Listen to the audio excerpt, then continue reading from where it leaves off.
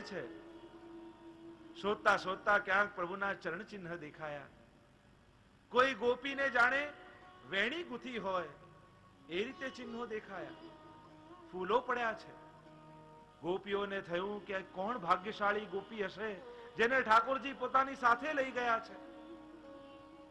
શોધતી શોધતા ગોપીજનો વનમાં ફરી રહ્યા છે. વૃક્ષો લતા પતાઓને પૂછે છે. તુલસીને પૂછ્યું, અરે તુલસી, તું તો પ્રભુની પ્રિયા છું, તે પ્રભુને જતા જોયા છે? બીજી ગોપી કહેવા લાગી, આ તો આપણી શોક છે, એ શું કરવા પ્રભુનો પતો બતાવે.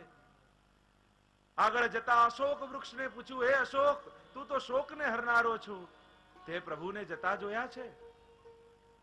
અને અશોક વૃક્ષ આમ હલીને જાણે ના પાડતો હોય. ગોપીજનો શોધતા શોધતા યમુનાજીના તટ પર આવ્યા. ક્યાંય પ્રભુ દેખાયા નહીં. મનમાં તાપ વધવા લાગ્યો. અરે, અમારાથી અપરાધ થયો અને પ્રભુ અમને રાત્રિમાં છોડીને ચાલ્યા ગયા. આવું સુખ મળ્યું અને અમારા સૌભાગ્યનો જાણે અમારે પોતાના હાથે અમે નાશ કર્યો. હવે પાછા પ્રભુ કેમ મળે? આવ્યા યમુનાજીના તટ ઉપર, પ્રલાપ કરવા લાગ્યા. કોઈ સાધન રહ્યું નહીં. મહાપ્રભુજીએ કહ્યું, સુબોધનીમાં, જ્યારે કોઈ ન સાધન રહે ત્યારે એક જ સાધન ભક્ત પાસે રહે છે અને એ છે પ્રભુના ગુણગાન. અષ્ટાવિંશે હરિર્ગાનમ સ્વભાવાદ અપરાધતઃ. સુબોધનીમાં મહાપ્રભુજી આજ્ઞા કરે, સ્વભાવથી અને અપરાધથી આ બે કારણે સ્તુતિ કરી છે ગોપીજનોએ. ગોપી ગીતને મહાપ્રભુજીએ સ્તુતિ કહી. કારણ કે જેનો અપરાધ થયો હોય એનો સ્વભાવ છે કે જેનો અપરાધ થયો છે એની ક્ષમા માંગે, સ્તુતિ કરે. અને અપરાધની ક્ષમા માંગી સ્વભાવ વિરહી જનોનો એ છે કે જેનો વિરહ થતો હોય એનો ગાન કરે. અને આમ બે કારણથી ગોપીજનોએ ગોપી ગીત ગાયું. આવો આપણે સાથે મળી પ્રભુને પુકાર કરીએ. જયતિ તેધિકમ જન્મના વ્રજ શ્રયત ઇન્દિરા શશ્વત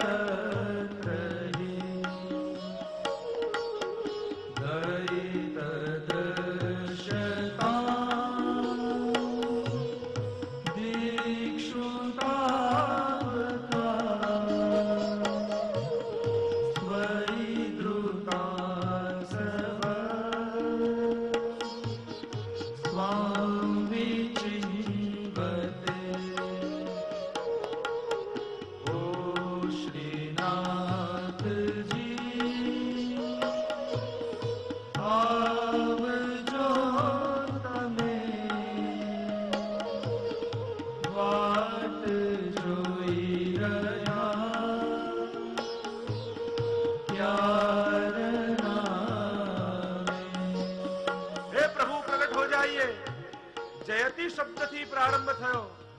જય એ દગ્ધાક્ષર અક્ષર છે. જ ગોપીઓનું હૃદય બળેલું છે. ગોપિયા કહેવા લાગી, જયતિ તેધિકમ જન્મના વ્રજ.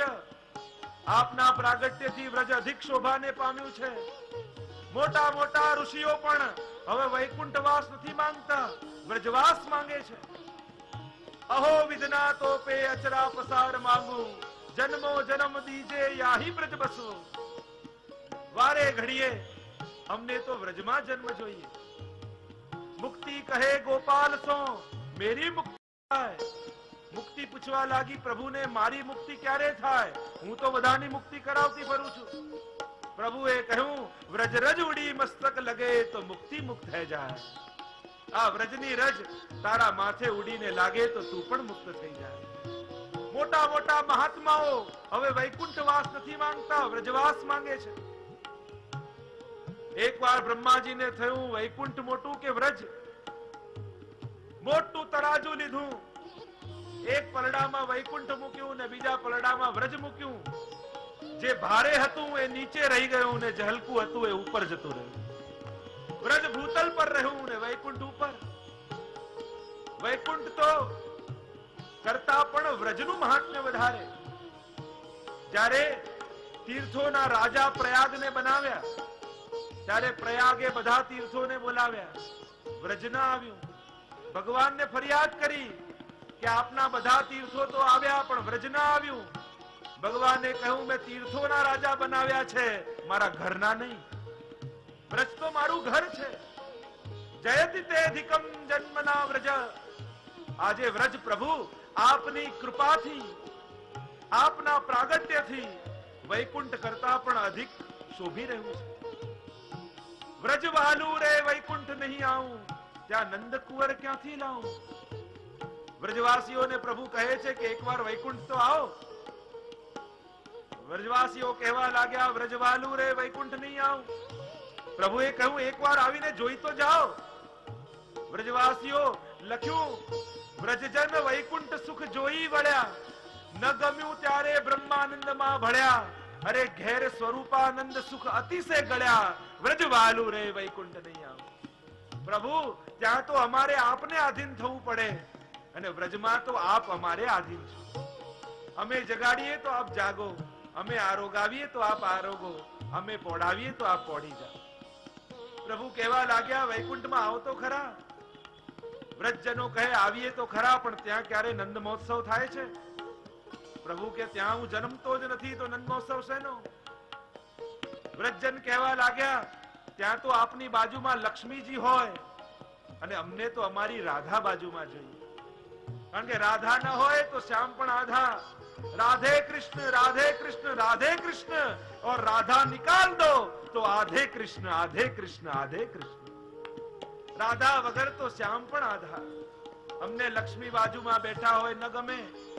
સ્વયં લક્ષ્મીજી પણ વૈકુંઠ છોડી વ્રજમાં દાસી બનીને રહ્યા છે. અને એટલે જ ગોપીજનોએ કહ્યું શ્રયત ઇન્દિરા શશ્વદત્રહી. એ ઇન્દિરા લક્ષ્મી અહીં નિત્ય નિવાસ કરે છે. હે દૈત, હે કૃપાલુ, પ્રગટ થાઓ. દીક્ષુ તાવકા, અમે તમારા છીએ. જુઓ ગીતાની શરૂઆત મામકાથી થાય. ધર્મ ક્ષેત્રે કુરુક્ષેત્રે સમવેત્તા યુત્સવઃ મામકાઃ પાંડવાશ્ચૈવ કિમ કુર્વત સંજય. ગીતાની શરૂઆત મામકાથી, ગોપી ગીતની શરૂઆત તાવકાથી. ત્યાં મારું, ત્યાં મોહમાં ફસાયેલો ધૃતરાષ્ટ્ર બોલે છે મારા શું કરે છે, અને અહીંયા મોહનમાં ફસાયેલી ગોપીઓ બોલે છે તાવકા તમારા છે. તો જ્યાં મારા આવે તો ગીતાના અંતમાં શું થયું? યુદ્ધ થયું. અને ગોપી ગીતના અંતમાં રાસ થયો. જેના જીવનમાં તમારું કહેવાની ઈચ્છા છે અમે તમારા છીએ. તાવકા તમારા પણ નહીં, તમારા જ છીએ. દર્શન આપો. આપ દર્શન નહીં આપો તો આ પ્રાણોનો અમે ત્યાગ કરી દઈશું. આ વ્રજ તો આપના પ્રાગટ્યથી ધન્ય બન્યું છે. વાર્તા સાહિત્યમાં પ્રસંગ આવે, એકવાર ગિરધરજી ને ગુસાઈજી ઘરે બિરાજેલા છે અને બહાર અવાજ આવી રહ્યો છે. ગુસાઈજીએ કહ્યું ગિરધરજીને બહાર જઈને જો શેનો શોર છે. ગિરધરજી જોઈને આવ્યા ને કહ્યું કાકાજી કોઈ ગધેડું મરી ગયું છે અને લોકો એને ઘસડીને લઈ જાય છે અને અવાજ કરી રહ્યા છે. ગુસાઈજીએ કહ્યું કે ગધે કે ભાગ કો કહા કહીએ ગિરધર. આ ગધેડાના ભાગ્યની શું સરાહના કરું કે મર્યા પછી પણ વ્રજરજમાં લોટાઈ રહ્યો છે. मैं जब मर जाऊं, मैं जब चलो जाऊं तो मेरे साथ भी ऐसो ही करियो.